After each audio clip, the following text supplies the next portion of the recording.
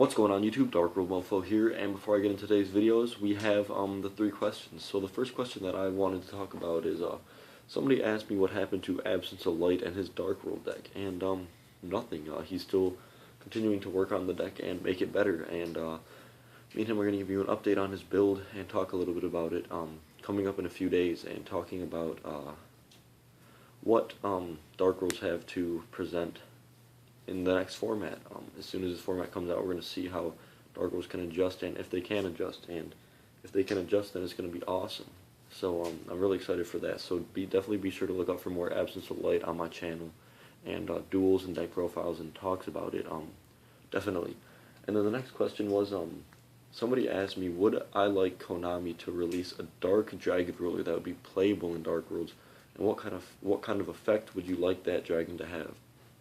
And that was an interesting question, because I kind of thought to myself what actually would happen, and I realized that I don't know how much good it would actually give Dark Worlds, since if it was a Dragon Ruler, it'd probably be level 7. It'd have a banished effect, which wouldn't be bad to add cards, but it's just not too splashable. Maybe in a slower deck with maybe more dark monsters put into the deck, kind of just more or less a dark deck with Dark Worlds thrown into it could work. But in the turbo variant, I don't think it'd really help out too much, because there would be speed and consistency issues, especially with him clogging your hand, and having to pitch Dark World monsters to the grave just to special summon him can kind of get out of hand, and the fact that he's now level 8 isn't very good either. So I don't really know what would happen, but I think that in the turbo deck right now it wouldn't be very good, but maybe in the future for a slower paced Dark World deck, more of a control, it could be awesome, or a later dark deck or something like that. But anyway, yeah. And then I got a ton of people asking me if I watch anime or anything. I'll go over that real quick. I'll do 4 questions today for you. But anyway, I do watch anime, but not very often. When I'm bored, I'll just watch One Piece. One Piece is a good anime. Full Metal Alchemist used to be one of my favorite mangas. I used to read mangas a lot and shit, but I don't really watch too many animes or read mangas too much anymore. I used to, definitely, and I have a few favorites, but just recently I don't do it as often. And then the last question I was going to answer is I can't find it.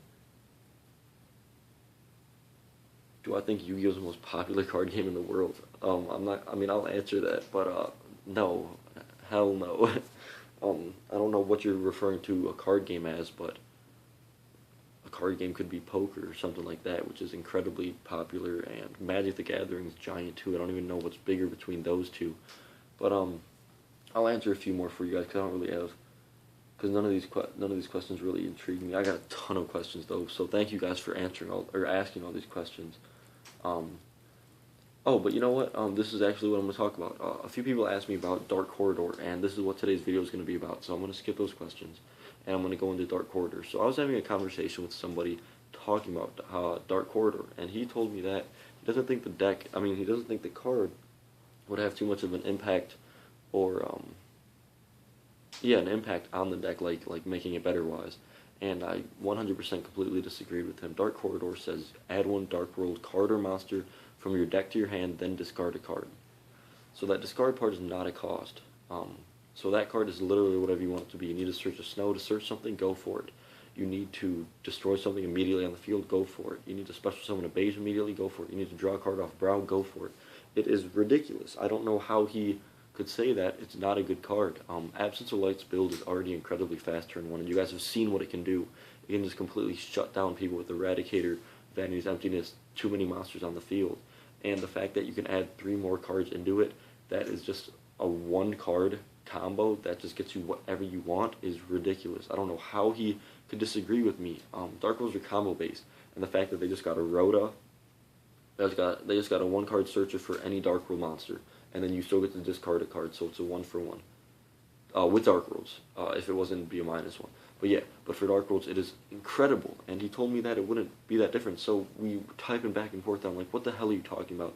How is this deck? How would this card not make Dark Worlds ridiculously tier 1? I understand that even if they did become big, and they can still run into their problems if they're not going first.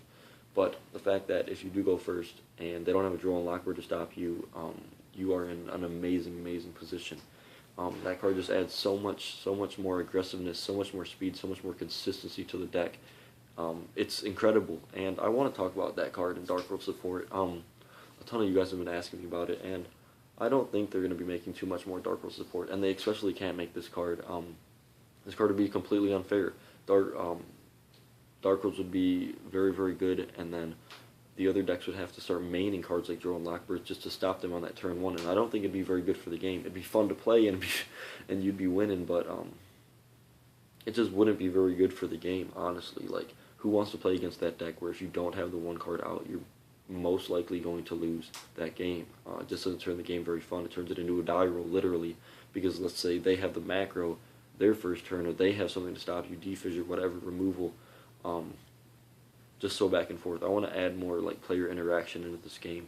So I think I don't know what they should make for Dark Worlds. I honestly don't know. You can't make anything like too easily accessible, or you can't make anything too fast or consistent in Dark Worlds decks, because then they just become to get unfair, and they are almost degenerate for the game because nobody wants to play against them, and it's just like it's too risky. So yeah, I wanted to tell you guys about that a little bit. I don't know what they're going to do about Dark Worlds. I really don't. I feel like Dark Worlds just going to be where they're at, and people are going to keep innovating them and having their own styles of the deck, and that's just how it's always going to be, and you're always going to see them at the top tables. You're going to see a few of them topping, but I could be wrong. Maybe a ton of them are going to start playing, but I just don't really see the deck playing, and I don't see too much support coming out of it. I'm going to still be playing the deck, definitely. I love the deck right now, and it's really fun. I've been playing on a dueling network a little bit. I haven't been playing cards recently, but I will soon. I will have in real life deck profiles and duel videos for you guys as soon as I can, I promise. So yeah, I don't know about support. Dark Corridor cannot be made. That card is ridiculous. I don't know how that person said it's not ridiculous. If you guys disagree with me, comment down below why. Tell me why that card isn't going to make Dark Worlds like 30% more consistent. You've already seen what Absence of Lights Dark Worlds can do turn 1 when they get a good hand, and that happens like 90% of the time.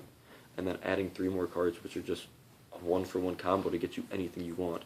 Tell me how that doesn't make the deck like a million times better. But if you have a valid argument, I want to hear it, dude. Like, why not? Why would I not want to hear an awesome argument for that? Because you need to have an awesome argument for that. But anyway, I don't want to keep this video running too long, guys. Please make sure to ask questions down below, and I'll answer them for you. And I'm actually looking at my questions right now, and my boy It's Broken 1 asked me, are you going to college, and if so, how did you adjust to playing and making videos while there? I actually didn't go to university. I went to a community college. If you guys know what Cisco, the computer people are, I went through a program through them, Cisco Computer Networking, and I'm going to become a certified computer networker soon and make a lot of money. So I was still at home, so I was still able to make videos. But maybe for people who are in universities and stressed out under school, you have to learn to manage your time. You really do. Learn to manage your classes, manage your schoolwork, manage your homework. And then if you have that half an hour in a day that you can make a video real quick and upload it, then go ahead and do it. And if you can't, then you know what, concentrate on your school, because school is definitely more important than Yu-Gi-Oh! And I can promise you that. So yeah, I guess I can answer that question for my dude It's Broken 1. But anyway, guys, thank you so much for watching this video. Please make sure to give it a thumbs up. If you guys have any questions down below that you want to be answered, make sure to ask them. Do not be shy. Make sure to subscribe if you guys haven't. Thank you guys so much for watching. And I want to know you guys' opinions on Dark World support. Make me a card that they could put in the deck that would make it good, but not broken. I would love to hear it, guys. Thank you so much for watching. DarkWorldMOFO out. Peace.